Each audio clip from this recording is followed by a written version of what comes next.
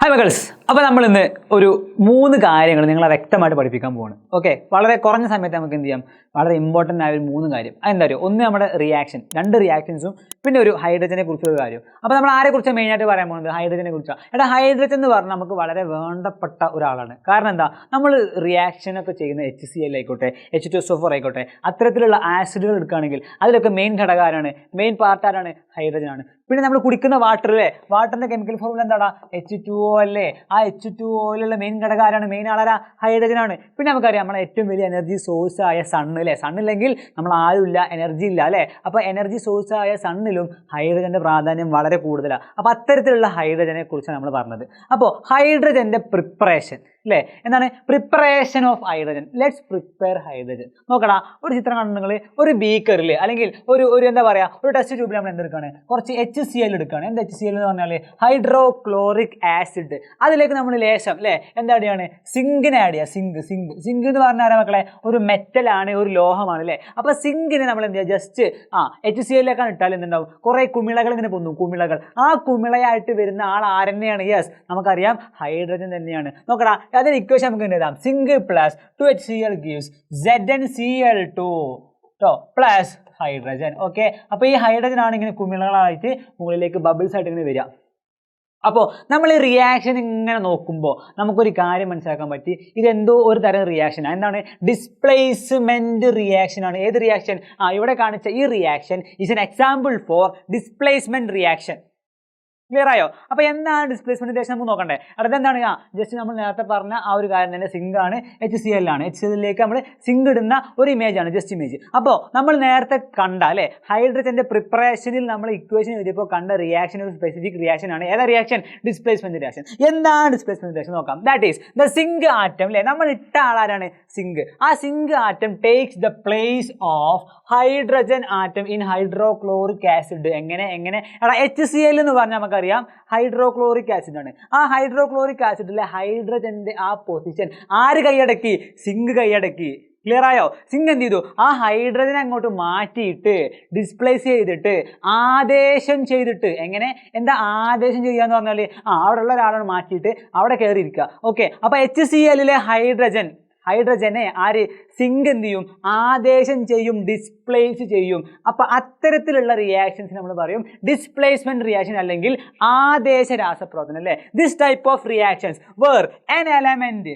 അപ്പോൾ എങ്ങനത്തെ റിയാക്ഷൻ ആണ് ഡിസ്പ്ലേസ്മെന്റ് റിയാക്ഷൻ ചോദിച്ചാൽ, an element in a compound is displaced by another element is called displacement reaction അല്ലെങ്കിൽ substitution reaction. അതായത് substitution reaction എല്ലാവരും കേൾക്കാൻ ചാൻസ് ഉണ്ട്. നിങ്ങളിങ്ങനെ മറ്റേ നമ്മുടെ ഫുട്ബോൾ വേൾഡ് കപ്പ് കണ്ടിട്ടുണ്ടെങ്കിൽ ഒരാൾ ഇങ്ങനെ എന്ത് ചെയ്യും, സബ്സ്റ്റിറ്റ്യൂട്ട് ചെയ്യൂലേ, ഇങ്ങനെ കാണിച്ചിട്ട് നമ്പർ കാണിച്ച് സബ്സ്റ്റിറ്റ്യൂട്ട് ചെയ്യൂലേ. അതെന്താണ്, കളത്തിൽ കളിച്ചുകൊണ്ടിരിക്കുന്ന ഒരാളെ ജസ്റ്റ് ഒന്ന് കയറ്റിയിട്ട് പുതിയൊരാളാണ് ഇറങ്ങും അല്ലേ. നമ്മുടെ ഈ എക്സാമ്പിൾ പറഞ്ഞാൽ ഹൈഡ്രജൻ എന്ന് പറഞ്ഞ കളത്തിൽ കളിച്ചുകൊണ്ടിരിക്കുന്ന ഒരാളെ, ഫുട്ബോൾ കോർട്ടിൽ കളിക്കുന്ന ഒരാളെ ജസ്റ്റ് മാറ്റിയിട്ട് സബ്സ്റ്റിറ്റ്യൂട്ട് ചെയ്തിട്ട് പുതിയ ആളായ സിങ്ക് അങ്ങോട്ടേക്ക് കയറുന്ന പരിപാടി അല്ലേ, സബ്സ്റ്റിറ്റ്യൂഷൻ റിയാക്ഷൻ. ഓക്കെ, അപ്പോൾ ഡിസ്പ്ലേസ്മെന്റ് റിയാക്ഷനെ ആദേശ രാസപ്രവർത്തനം നമുക്ക് എന്ത് പറയാം, സബ്സ്റ്റിറ്റ്യൂഷൻ റിയാക്ഷൻ എന്നും പറയാം അല്ലേ. അതായത് ഹൈഡ്രോക്ലോറിക് ആസിഡ് തന്മാത്രയിലെ ഹൈഡ്രജൻ ആറ്റത്തെ മാറ്റി അത് മാറ്റണം. പിന്നെ അവിടെ ആരില്ല, ഹൈഡ്രജൻ ഇല്ല അല്ലേ, മാറ്റി ആ സ്ഥാനത്തേക്ക് സിങ്ക് ആറ്റം വന്നു ചേരുന്നു. ഇത്തരത്തിലൊരു സംയുക്തത്തിലെ ഒരു മൂലകത്തെ മറ്റൊരു മൂലകം ആദേശം ചെയ്യുന്ന രാസപ്രവർത്തനങ്ങളെ ആദേശ രാസപ്രവർത്തനങ്ങൾ എന്ന് വിളിക്കുന്നു. ഒന്നുമില്ല, സിമ്പിളാണ്, വ്യക്തമായിട്ട് മനസ്സിലായി എന്ന് എനിക്ക് മനസ്സിലായി. ഓക്കെ, നോക്കാം ഇനി ഡിസ്പ്ലേസ്മെന്റ് റിയാക്ഷനെ കുറച്ച് എക്സാമ്പിൾസ് മക്കളെ. എക്സാമിൽ ചോദിക്കാൻ പോകുന്നത് കുറേ റിയാക്ഷൻസ് വരും, എന്നിട്ട് ഇതിൽ ഏതാണ് ഡിസ്പ്ലേസ്മെന്റ് റിയാക്ഷൻ, ഏതാണ് സബ്സ്റ്റിറ്റ്യൂഷൻ റിയാക്ഷൻ, ഓക്കെ അത്തരത്തിലുള്ള ഓരോരോ പേരുകളുണ്ട്, ഏതാണ് അഡീഷൻ റിയാക്ഷൻ, അങ്ങനത്തെ കുറേ ക്വസ്റ്റ്യൻസ് ചോദിക്കും. അപ്പോൾ നിങ്ങൾ എന്ത് ചെയ്യണം, ഡിസ്പ്ലേസ്മെന്റ് റിയാക്ഷൻ വ്യക്തമായിട്ട് കണ്ടെത്താൻ പറ്റണം. നോക്കണം, ഒന്ന് Mg + 2HCl gives MgCl2 + H2. ഇതെന്താണ്, നമ്മൾ നേരത്തെ കണ്ട സിങ്കിന്റെ അതേ റിയാക്ഷൻ ആണ്. ഓക്കെ, സെറ്റല്ലേ. ഇനി എന്താണ്, Zn + CuSO4 കോപ്പർ സൾഫേറ്റ്. ഈ CuSO4-ലെ ഈ കോപ്പറിനെ നമ്മുടെ സിങ്ക് എന്ത് ചെയ്യും, ഡിസ്പ്ലേസ് ചെയ്യും അല്ലേ. കോപ്പറിനെ പുറത്താക്കിയിട്ട് അവിടെ ആര് കയറിയിരിക്കും, സിങ്ക് കയറിയിരിക്കും. അപ്പോൾ പിന്നെ CuSO4 മാറിയിട്ട് ZnSO4 ആകും. പുറത്താക്കിയ CU എന്ത് ചെയ്യും, പുറത്തിങ്ങനെ മേപ്പെട്ട് നോക്കി നിൽക്കുന്നുണ്ടാവും. Yes, okay. ഇനി zinc + H2SO4 gives ZnSO4 + H2 അല്ലേ. അതായത് ഈ ഹൈഡ്രജനെ ആര് ഡിസ്പ്ലേസ് ചെയ്തു, സിങ്ക് ഡിസ്പ്ലേസ് ചെയ്തു. എന്നിട്ട് ആരായി, H2SO4 മാറിയിട്ട് ZnSO4 ഉണ്ടായി. അങ്ങനെ സിങ്ക് പുറത്താക്കിയ ഹൈഡ്രജനെ ഇവിടെ പുറത്ത് ഒറ്റക്ക് നിൽക്കുന്ന ഹൈഡ്രജനെ കണ്ടില്ലേ.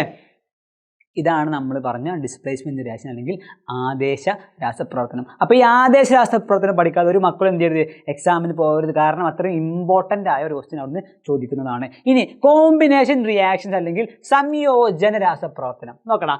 The reaction in which two or more simple substances അല്ലെങ്കിൽ എലമെന്റ്സ് ആവാം, കോമ്പൗണ്ട്സ് ആവാം, ആരാ ചെയ്യിക്കോട്ടെ. അതായത് മക്കളെ ഒരു സിമ്പിളായ അല്ലെങ്കിൽ 2 or 3 സിമ്പിളായ ആളുകൾ കൂടി ചേർന്ന് ഒരു വലിയൊരാളായി മാറുകയാണെങ്കിൽ, ക്ലിയർ ആയോ? നോക്കിയോ സിമ്പിൾ സബ്സ്റ്റൻസ് എന്ത് ചെയ്യും, combine to form a compound അല്ലേ.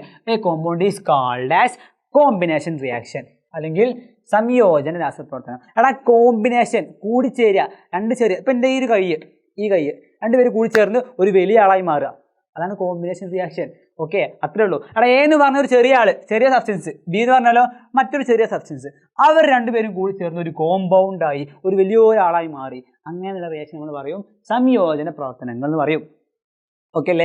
അപ്പോൾ നോക്കാം, 2 or അതിലധികമോ ലഘു പദാർത്ഥങ്ങൾ, ലഘു എന്ന് പറഞ്ഞാൽ എന്താ, ചെറുത് അല്ലേ, അവർ സംയോജിച്ച് ഒരു സംയുക്തം ഉണ്ടാകുന്ന രാസപ്രവർത്തനത്തെ സംയോജന രാസപ്രവർത്തനങ്ങൾ എന്ന് പറയും. അതാണ് നമ്മുടെ 2ാമത്തെ പോയിന്റ്. 1ാമത്തെ പോയിന്റ് എന്താ, ഡിസ്പ്ലേസ്മെന്റ് റിയാക്ഷൻ, ആദേശ രാസപ്രവർത്തനം. 2ാമത്തെ പോയിന്റ് ഇപ്പോൾ നമ്മൾ പറഞ്ഞു. ഓക്കെ, സെറ്റാണ്. ഇനി കോമ്പിനേഷൻ റിയാക്ഷൻ എക്സാമ്പിൾസ് നോക്കണം. സംയോജന രാസപ്രവർത്തന എക്സാമ്പിൾസ് നോക്കാം അല്ലേ. അപ്പോൾ N2 എന്ന് പറഞ്ഞ ഒരു ചെറിയ ആൾ, കമ്പാരിറ്റീവ്ലി ചെറിയ ആൾ, നൈട്രജൻ പ്ലസ് 3 ഹൈഡ്രജൻ കൂടി ചേർന്ന് ആരുണ്ടാകുന്നുണ്ട്, അമോണിയ എന്ന് പറഞ്ഞ കമ്പാരിറ്റീവ്ലി വലിയ ഒരാളുണ്ടാകുന്നുണ്ട്. നൈട്രജനേക്കാളും ഹൈഡ്രജനേക്കാളും വലിയൊരാളാണ് ആര്, നമ്മൾ പറഞ്ഞ അമോണിയ. ഓക്കെ, എന്നാലും അഡീഷൻ അല്ലേ, അങ്ങനെയും പറയാം നമുക്ക് കേട്ടോ. അപ്പോൾ അതെന്താണ്, NH3 ഉണ്ടായി. ഓക്കെ, ഇനി Mg+O2 gives 2NGO, ഒരു വലിയ കോമ്പൗണ്ട് ഉണ്ടായി അല്ലേ. H2+S gives H2S, ഒന്നുമില്ല, ജസ്റ്റ് ആഡ് ചെയ്യുക, സംയോജന രാസപ്രവർത്തനം എന്ന് പറയാം കേട്ടോ. ഓക്കെ, തെറ്റ്. ഇനി എന്താ അത് അവസാനത്തെ ഒരു എക്സാമ്പിൾ കൂടെ ഉണ്ട്. ജസ്റ്റ് എക്സാമ്പിൾസ് കണ്ടുവെക്കുക. നിങ്ങൾക്ക് ക്വസ്റ്റ്യൻ പേപ്പറിൽ വന്നാൽ നിങ്ങൾക്ക് മനസ്സിലാക്കാൻ പറ്റണം, ഇതാണ് നമ്മുടെ കോമ്പിനേഷൻ റിയാക്ഷൻ, ഇതാണ് ഡിസ്പ്ലേസ്മെന്റ് റിയാക്ഷൻ എന്ന് ജസ്റ്റ് കണ്ടെത്താൻ പറ്റണം കേട്ടോ. ഓക്കെ, ഇനി ഹൈഡ്രജൻ ഇന്ധനമായി, ഹൈഡ്രജൻ ആസ് എ ഫ്യൂവൽ. കാരണം നമ്മൾ ഹൈഡ്രജൻ ഇന്ധനമായിട്ട് ഉപയോഗിക്കുകയാണെങ്കിൽ ഈ പുറത്ത് കാണുന്ന പോലെ എക്സ്പ്ലോഷൻ ഉണ്ടാവാനുള്ള ചാൻസ് ഉണ്ട്, പൊട്ടിത്തെറി ഉണ്ടാവാനുള്ള ചാൻസ് ഉണ്ട്. അതും ഒരു ക്വസ്റ്റ്യൻ ആണ്. അതാണ് നമ്മുടെ 3ാമത്തെ കാര്യം. എന്തുകൊണ്ട് ഹൈഡ്രജനെ നമ്മൾ എന്ത് ചെയ്യുന്നില്ല, ഫ്യൂവലായിട്ട് ഉപയോഗിക്കുന്നില്ല, അഥവാ ഇന്ധനമായിട്ട് ഇന്ധനമായിട്ട് നമ്മൾ ഇത് ഇന്ധനമല്ല, അതെന്താണ്, ഇന്ധനമായി ഉപയോഗിച്ചാൽ ഉണ്ടാകാൻ ചാൻസ് ഉള്ള ഒരു സംഭവമാണിത്, എക്സ്പോഷർ, പൊട്ടിത്തെറി. എടാ നമ്മളെ ഹൈഡ്രജൻ എന്ന് പറഞ്ഞാൽ വളരെ നല്ല ഒരു ഇന്ധനമാണ്. എന്താണ്, വളരെ നല്ലൊരു ഇന്ധനമാണ്. അത് കാരണം എന്താ പറയുക, the byproduct of hydrogen അല്ലേ, byproduct of hydrogen combustion. അതായത് ഹൈഡ്രജൻ കത്തുകയാണെങ്കിൽ, ഹൈഡ്രജൻ വായുവിൽ കത്തുമ്പോൾ അല്ലേ, നമ്മൾ ഇന്ധനം സാധാരണ കത്തിക്കാറില്ലേ, വിറക് ഒരു ഇന്ധനമാണ്, അത് കത്തിക്കാറുണ്ട്, അത് കത്തിക്കുമ്പോൾ ഉണ്ടാകുന്ന ബൈ പ്രൊഡക്റ്റ്. അതേപോലെ ഹൈഡ്രജൻ കത്തിച്ചാൽ ഉണ്ടാകുന്ന ബൈ പ്രൊഡക്റ്റ് ആരെയോ, H2O ആണ്. അതായത് വാട്ടർ കുടിവെള്ളം. അതെന്തെങ്കിലും രീതിയിൽ പൊല്യൂഷൻ ഉണ്ടാക്കുന്നതാണോ, നമ്മൾ അറ്റ്മോസ്ഫിയറിന് പ്രശ്നം ഉണ്ടാക്കുന്നതാണോ? ഒരിക്കലും അല്ല. സാധാരണ നമ്മൾ കത്തിക്കുകയാണെങ്കിൽ, വിറക് കത്തിച്ചാലും പെട്രോൾ കത്തിച്ചാലും അങ്ങനെ എന്ത് കത്തിച്ചാലും ഉണ്ടാകുന്ന വാതകങ്ങൾ, ഗ്യാസസ് ഒക്കെ എന്താണ്, ചില പൊല്യൂഷൻ ഉണ്ടാക്കുന്ന ഗ്യാസസാണ്. കാർബൺ മോണോക്സൈഡും കാർബൺ ഡൈ ഓക്സൈഡ് ആണെങ്കിൽ പോലും നമുക്ക് പ്രശ്നമുള്ള ആളുകളാണ്. പക്ഷേ ഇങ്ങോട്ട് നോക്കുക, H2O എന്ന് പറഞ്ഞാൽ വാട്ടറാണ്, നമുക്ക് ഒരു പ്രശ്നമില്ല എന്ന് മാത്രമല്ല, നമുക്ക് ഉപകാരമുള്ള ആളാണ് ആര്, ഇതിൻ്റെ ബൈ പ്രൊഡക്റ്റ് ആയിട്ട് ഉണ്ടാകുന്നത്. എങ്കിൽ നമുക്ക് ഈ ഹൈഡ്രജനെ എന്ത് ചെയ്യാൻ പറ്റുന്നില്ല, നമുക്ക് ഫ്യൂവലായിട്ട് ഉപയോഗിക്കാൻ പറ്റുന്നില്ല. കാരണം നമുക്ക് പറയാം. ഇനി അവൈലബിലിറ്റി ഓഫ് ഹൈഡ്രജൻ പറഞ്ഞാൽ നമ്മളെ ഈ അറ്റ്മോസ്ഫിയറിലുണ്ട്, അവൈലബിൾ ആണ്. അപ്പോൾ ഹൈഡ്രജൻ്റെ ലഭ്യത എന്താണ്, വളരെ കൂടുതലാണ്. ഇതൊക്കെ ഉണ്ട്, പക്ഷേ നമുക്ക് പറയാം ഉപയോഗിക്കുന്നില്ല കേട്ടോ, ഫ്യൂവലായിട്ട് ഇന്ധനമായിട്ട് ഉപയോഗിക്കുന്നില്ല. ഇനി കലോറിക മൂല്യം, ഹൈഡ്രജൻ്റെ കലോറിക മൂല്യം നമ്മൾ ഇന്ധനങ്ങളെ കമ്പയർ ചെയ്യുക, നല്ല ഇന്ധനമാണോ, അടിപൊളിയാണോ, ഉഷാറാണോ, കിടിലനാണോ എന്നൊക്കെ നോക്കി എങ്ങനെയാണെന്ന് അറിയോ, കലോറിഫിക് വാല്യൂ നോക്കിയിട്ട് ഒരു ഇന്ധനത്തിൻ്റെ, ഈ ഇന്ധനം നല്ല ഇന്ധനമാണ്, ഈ ഇന്ധനം വളരെ മോശം ഇന്ധനമാണെന്ന് പറയണമെന്നുണ്ടെങ്കിൽ രണ്ടിൻ്റെയും കലോറിഫിക് വാല്യൂ നോക്കിയാൽ മതി, കലോറിക മൂല്യം. അപ്പോൾ എന്താണ് സാർ കലോറിക മൂല്യം? നോക്കടാ, the calorific value of A fuel is the heat energy എന്ന് പറഞ്ഞാൽ എന്താണ്, താപോർജ്ജം അല്ലേ, released from 1 unit mass of that fuel on complete combustion. Example ഞാൻ പറയാം. എൻ്റെ കയ്യിൽ എന്തുണ്ട്, ഹൈഡ്രജൻ ഉണ്ട്, എൻ്റെ കയ്യിൽ പെട്രോൾ ഉണ്ട്. ഞാൻ രണ്ടിനെയും ഓരോ കിലോഗ്രാം വീതം എടുത്തു. ഹൈഡ്രജൻ കത്തിച്ചാൽ മുഴുവൻ ഹൈഡ്രജൻ കത്തിച്ചാൽ ഉണ്ടാകുന്ന ഹീറ്റ് എനർജി ഞാൻ എന്ത് ചെയ്തു, കാൽക്കുലേറ്റ് ചെയ്തു. അതുപോലെ തന്നെ പെട്രോൾ 1 കിലോഗ്രാം മുഴുവൻ കത്തിക്കഴിയുമ്പോൾ പുറത്തു വിടുന്ന ഹീറ്റ് എനർജി ഞാൻ കണക്കാക്കി. ഇതിൽ ഏതിനാണോ കൂടുതൽ ഹീറ്റ് എനർജി പുറത്തേക്ക് വിടാനുള്ള കഴിവുള്ളത് അതിനാണ് എന്ത്, ഉയർന്ന കലോറിഫിക് വാല്യൂ. നമുക്ക് എന്താ വേണ്ടത്? കുറേ ഹീറ്റ് എനർജി പുറത്തേക്ക് വിടാൻ കഴിവുള്ള ആളുകളെ നമുക്ക് വേണ്ടത്. ഓക്കെ, ഇത് കമ്പയർ ചെയ്യുമ്പോൾ ഹൈഡ്രജൻ്റെ കലോറിഫിക് വാല്യൂ വളരെ വളരെ വളരെ കൂടുതലാണ്. ബാക്കി ഏതൊരു ഇന്ധനത്തെ വെച്ച് നോക്കുമ്പോഴേക്കാളും അതിനേക്കാളൊക്കെ വളരെ കൂടുതൽ എന്തുണ്ട്? കലോറിഫിക് വാല്യൂ ഉണ്ട്. ആർക്ക്? ഹൈഡ്രജൻ. അതായത് 1 കിലോഗ്രാം ഹൈഡ്രജൻ കത്തിക്കുമ്പോൾ വളരെ കൂടിയ അളവിൽ എന്ത് ചെയ്യും? ഹീറ്റ് പുറത്തേക്ക് വരും. ഓക്കെ, അപ്പോൾ ഹൈഡ്രജന് ബാക്കി എല്ലാ ഇന്ധനത്തെക്കാളും ബാക്കി എല്ലാ ഫ്യൂവലിനേക്കാളും വളരെ കൂടിയ കലോറിഫിക് വാല്യൂ ഉണ്ട്. ഇതൊക്കെ ഉണ്ടെങ്കിലും നമ്മൾ എന്ത് ചെയ്യുന്നില്ല? ഹൈഡ്രജനെ ഫ്യൂവലായിട്ട് യൂസ് ചെയ്യുന്നില്ല, ഇന്ധനമായിട്ട് യൂസ് ഉണ്ടോ? ഹൈഡ്രജൻ ഓടുന്ന വണ്ടി ഉണ്ടോ? ഹൈഡ്രജൻ നിറച്ചാൽ ഓടുന്ന വണ്ടി ഉണ്ടോ? ഇല്ല. കാരണം ഹൈഡ്രജൻ ബേൺസ് വിത്ത് എക്സ്പോഷൻ. നമ്മൾ കാണിച്ചു, പൊട്ടിത്തെറി കുറച്ച് മുമ്പ് കാണിച്ചിരുന്നു അല്ലേ? അതായത് എന്താ നമുക്ക് പറയാൻ പറ്റും? ഹൈഡ്രജൻ സ്ഫോടനത്തോടെ കത്തും. ഇനി സംഭരിച്ച് വെക്കാനും വിതരണം ചെയ്യാനും പ്രയാസമാണ്. നമുക്കത് എന്ത് ചെയ്യാൻ പറ്റില്ല? സ്റ്റോർ ചെയ്യാൻ പറ്റുന്നില്ല. അതേപോലെ തന്നെ നമുക്കിങ്ങനെ ട്രാൻസ്പോർട്ട് ചെയ്യാൻ ഒരു ഭാഗത്തു നിന്ന് മറ്റേ ഭാഗത്തേക്ക് കൊണ്ടുപോകാനൊക്കെ വളരെ പ്രയാസമാണ് കേട്ടോ. Difficult to store and transport. ഈ കാരണം കൊണ്ട് നമുക്ക് എന്ത് ചെയ്യാൻ പറ്റുന്നില്ല?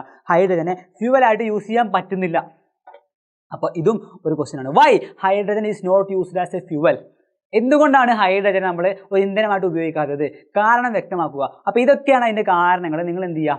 അതൊക്കെ വ്യക്തമായിട്ട് എഴുതി വെക്കുക. അപ്പോൾ നമ്മൾ 3 ഇമ്പോർട്ടൻ്റ് ആയ കാര്യം വ്യക്തമായിട്ട് ഡിസ്കസ് ചെയ്തിട്ടുണ്ട്. പഠിച്ചു വെക്കുക. Okay, all the best.